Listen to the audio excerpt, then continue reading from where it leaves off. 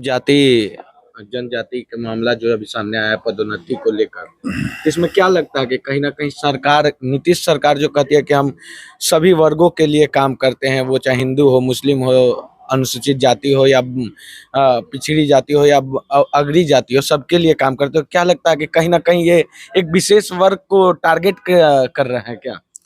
नहीं, जिस तरह से नीतीश कुमार जी का चेहरा प्रोन्नति में आरक्षण को लेकर आया है, उससे साफ स्पष्ट हो जाता है कि नीतीश कुमार जी अनुसूचित जाति जनजाति विरोधी, खासकर दलित विरोधी हैं।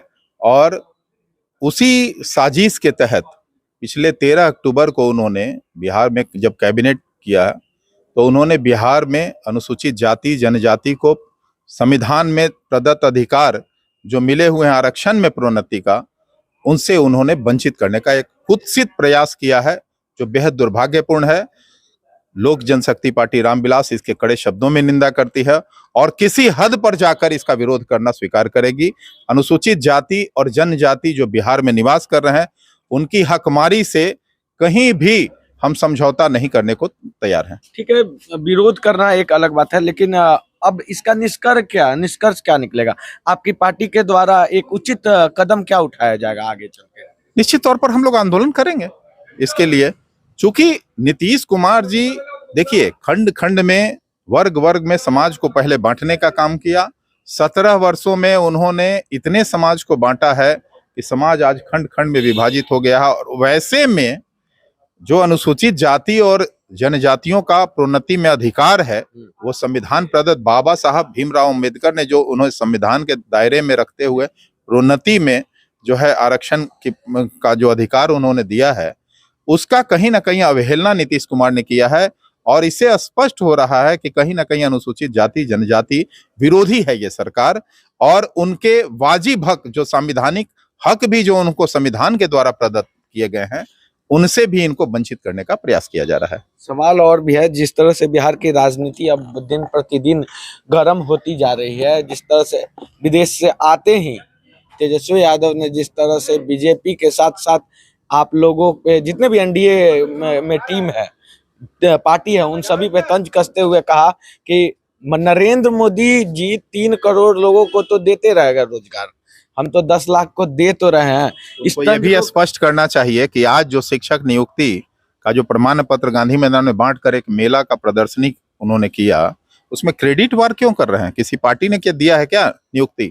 दूसरी बात कहना चाहूंगा कि उत्तर प्रदेश के जो अभी अभ्यर्थी, देखिए 12 राज्यों के अभ्यर्थियों को आज रोजगार मिला बिहार में, और बिहार के लड़के, बिहार के छात्र, बिहार के जो वाजिब अभ्यर्थी थे वो बाहर रह गए। इससे 40 हजार वैसे अभ्यर्थियों को आज प्रमाण पत्र, नियुक्ति पत्र दिया गया जो ऑलरेडी पहले से नियोजन में है, बिहार में नौकरी में है, ऑलरेडी नौकरी में है, उन्हें जो है उत्तीर्ण कराया गया है।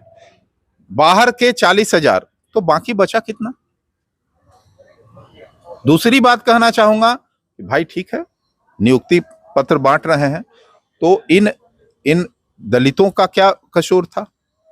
आज जो आपने अनुसूचित जाति और जनजाति को प्रोन्नति से बाहर करने का एक जो है साजिश किया है, ये गहरी साजिश तो चलने वाली नहीं है। सवाल ही मेरा इसीलिए था कि ये जो दोहरा चरित्र है बिहार में, जो सीएम का और सत्ताधारी पार्टी के, आप देख सकते हैं कि एक तरफ वो नियुक्ति पत्र बांटते हैं, दूसरे तरफ पदोन्नति को रोक देते हैं।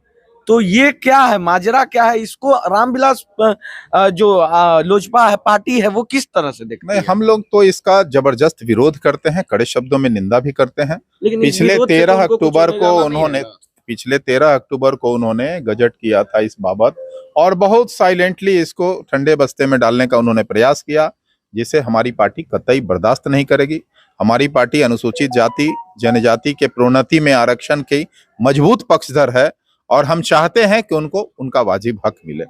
ये कानून के दायरे में कोर्ट का हवाला देते हुए उनको उनके वाजिब हक से आज वंचित करने का जो प्रयास किया है, यह साजिश हम लोग होने नहीं देंगे बिहार में, और इसके लिए आंदोलन की कोई भी सीमा हम लोग पार कर जाएंगे। बिहार की राजनीति में जो ये शांति का दौर नजर आ रहा है, जिस तरह से तूफान के आने से पहले का शांति है, और नीतीश कुमार जी का खास तौर पर जो हालिया 15 दिन का आप बयान देखे होंगे, एक सॉफ्ट कॉर्नर कहीं ना कहीं बीजेपी की और उनका झलक रहा है।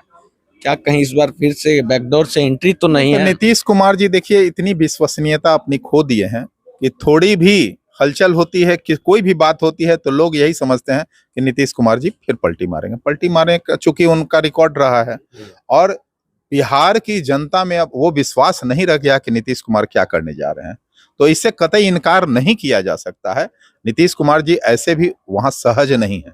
आज देख रहे होंगे कि आज जो नियुक्ति पत्र का मेला लगा, वहां सिर्फ उनकी पोस्टर लगी है, उन पोस्टर में सिर्फ उनकी तस्वीर लगी है। वहां उप मुख्यमंत्री जो है गायब हैं। तो आप समझ रहे हैं कि कहीं वो गायब हो जाते हैं, कहीं कहीं उप मुख्यमंत्री गायब हो जाते हैं। तो खासकर तेजस्वी और नीतीश जी में जो रस्साकसी की स्थिति है, और वहीं वो कांग्रेस पर भी वार कर रहे हैं, तो आप समझ सकते हैं कि ये गठबंधन कितने दिनों का मेहमान है। ये तो साफ तौर पे दिख रहा है कि उनका कहीं ना कहीं महत्वाकांक्षा दिख रहा है। जिस तरह से उन्होंने इंडिया एक फोरम तैयार किया, जिस तरह से राहुल गांधी ने उनसे वादा किया कि संयोजक बनाया जाएगा, लेकिन उनको नहीं बनाया गया। कहीं ना कहीं ये तो खटकता होगा ना, एक महत्वाकांक्षी आदमी को खटकेगा जरूर कि उन्हें एक प्रॉपर पोस्ट ना मिला। तो उसके बाद उनको तो खटकना चाहिए, और ये किसी को खटकेगा कि जब वहां पे नहीं मिल रहा है पोस्ट तो कहीं ना कहीं हटने की कोशिश करेंगे। तो अपनी तो राजनीतिक महत्वाकांक्षा के लिए ही ना गठबंधन बनाया। सवाल ये है कि क्या अगर इस बार उनकी मंशा हो कि फिर आप लोगों के साथ आना, तो क्या डोर ओपन है या उनकी क्लोज? विश्वसनीयता खत्म है। बिहार में कोई अब जनाधार बच नहीं गया है। बिहार की जनता उन्हें मुख्यमंत्री के रूप में कभी स्वीकार नहीं करेगी। इसलिए अब